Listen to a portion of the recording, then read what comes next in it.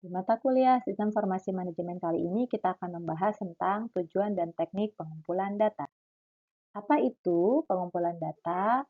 Ini adalah salah satu tahap di mana kita akan melihat atau menganalisis sistem yang sudah berjalan dan melihat mana yang bagus dan tidak bagus serta mendokumentasikan kebutuhan yang akan dipenuhi di sistem yang baru nanti. Tujuan pengumpulan data, kenapa perlu dikumpulkan? Karena biasanya orang yang mau menggunakan sistem informasi justru sulit mendefinisikan apa yang dia butuhkan. Nah, dengan adanya orang yang akan membantu pengumpulan data ini, maka perusahaan yang membutuhkan sistem informasi akan lebih terbantu dengan adanya gambar rancangan yang diberikan oleh pembuat sistem. Teknik pengumpulan data terdiri dari 3, yaitu teknik wawancara, observasi, dan kuesioner. Wawancara yang pertama adalah wawancara, apa sih keuntungannya? Kenapa perlu wawancara? Dengan wawancara, kita akan lebih mudah menggali mana-mana sistem yang sudah dianggap baik dan yang dianggap kurang baik. Kemudian, kita bisa menggali lebih leluasa dengan menanyakan secara langsung ke narasumber. Dan user itu akan digali kebutuhannya dengan lebih bebas. Kelemahannya apa? Sulit dilakukan jika narasumber atau orang yang diwawancarai itu kurang bisa menangkap apa yang diinginkannya. Nah, kalau pertanyaan lebih terarah, bisa jadi cuma fokus pada hal tertentu dan ternyata kebutuhan lainnya menjadi terabaikan. Nah, bagaimana wawancara ini dilakukan? Ada jadwalnya, lalu ada panduan pertanyaan. Gunakan pertanyaan yang jelas, gali kelebihan dan kekurangan sistem yang sudah ada, kemudian improvisasi dengan menggali bagian tertentu yang penting, serta jangan lupa untuk dicatat. Teknik yang kedua, yaitu observasi. Observasi itu adalah mengamati secara langsung. Nah, keuntungannya apa? Kita bisa dengan leluasa datang ke perusahaan untuk melihat sistem yang lama yang sudah berjalan dan dapat melihat gambaran yang lebih baik dibandingkan kalau kita hanya bertanya. Nah, kelemahannya apa? Pasti butuh waktu yang sangat lama karena harus mengamati dari hari ke hari, dari jam ke jam, dan seterusnya. Dan bisa jadi yang diamati perilakunya berbeda di setiap harinya. Nah, apa saja panduannya? Pertama, tentukan hal yang akan diobservasi, minta izin, itu jelas, yang kemudian berusaha sesedikit mungkin mengganggu orang yang eh, apa yang sedang diobservasi supaya tidak mengganggu pekerjaan mereka gitu ya. Jika memang kita tidak mengerti apa yang sedang kita observasi, jangan hanya melihat tapi tetap bertanya. Yang ketiga adalah teknik kuesioner. Kuesioner atau melakukan pertanyaan lewat dokumen. Nah, keuntungannya apa? Kita akan bisa melihat lebih objektif karena dilakukan kepada banyak orang dan waktunya juga bisa lebih singkat.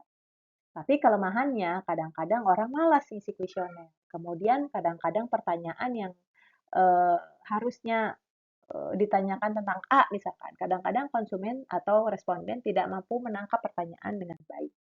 Panduannya apa? Yang pertama, hindari pertanyaan yang isian, gunakan pilihan ganda. Jangan bikin pertanyaan terlalu banyak, lalu bikinlah pertanyaan yang singkat, padat, dan jelas. Di sini ada beberapa jenis kebutuhan, yaitu functional, development, deployment, performance, dokumen, support, dan miscellaneous. Nah, fungsional itu pasti terkait dengan fungsi produk, misalnya berkaitan dengan fungsi penjualan, fungsi produksi, fungsi laporan keuangan, fungsi input data pelanggan, misalkan seperti itu. Development berkaitan dengan tools baik itu software maupun hardware yang akan digunakan. Deployment berkaitan dengan hardware ataupun software itu mau ditaruh di mana, mau ditempatkan di mana. Performance requirement berkaitan dengan ukuran kualitas maupun kuantitas, kecepatan aplikasi, skalabilitas aplikasi, kapasitas aplikasi akan seperti apa. Kemudian documentation berkaitan dengan kebutuhan dokumen apa yang akan disertakan di produk akhir ini, serta support serta miscellaneous. Nah, teknik pengolahan dari data wawancara, observasi, dan kuesioner.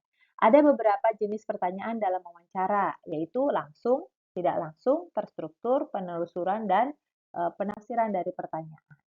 Nah, pelaksanaan wawancara ini dilakukan oleh responden dan penanya dengan memahami pertanyaan dari pewawancara. Kemudian, lalu dilakukan analisis data dengan cara apa? Kalau dia bawa rekaman, maka dia mendengarkan kembali rekaman yang sudah dia bawa, kemudian memikirkan apa yang dibicarakan dan membuat catatan atau poin-poin penting dari wawancara. Apa saja yang bisa dilakukan dalam analisis dari wawancara, yaitu data-data yang tidak dibutuhkan bisa direduksi atau dikurangi, disajikan, dan dilakukan penarikan kesimpulan.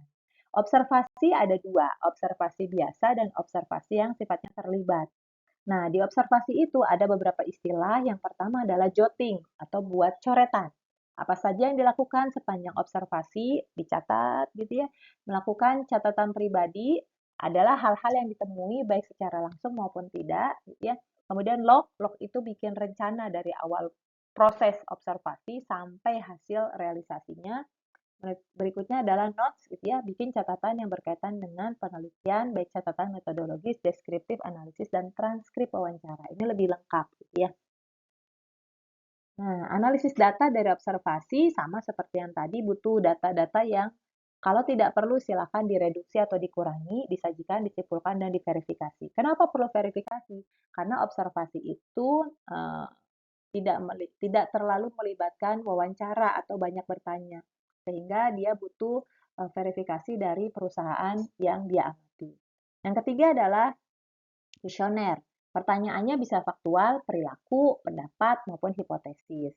Pertanyaannya juga bisa bersifat terbuka dan tertutup. Kalau terbuka artinya dia boleh menggunakan kata-kata sendiri, kalau tertutup jawaban sudah disediakan pilihannya.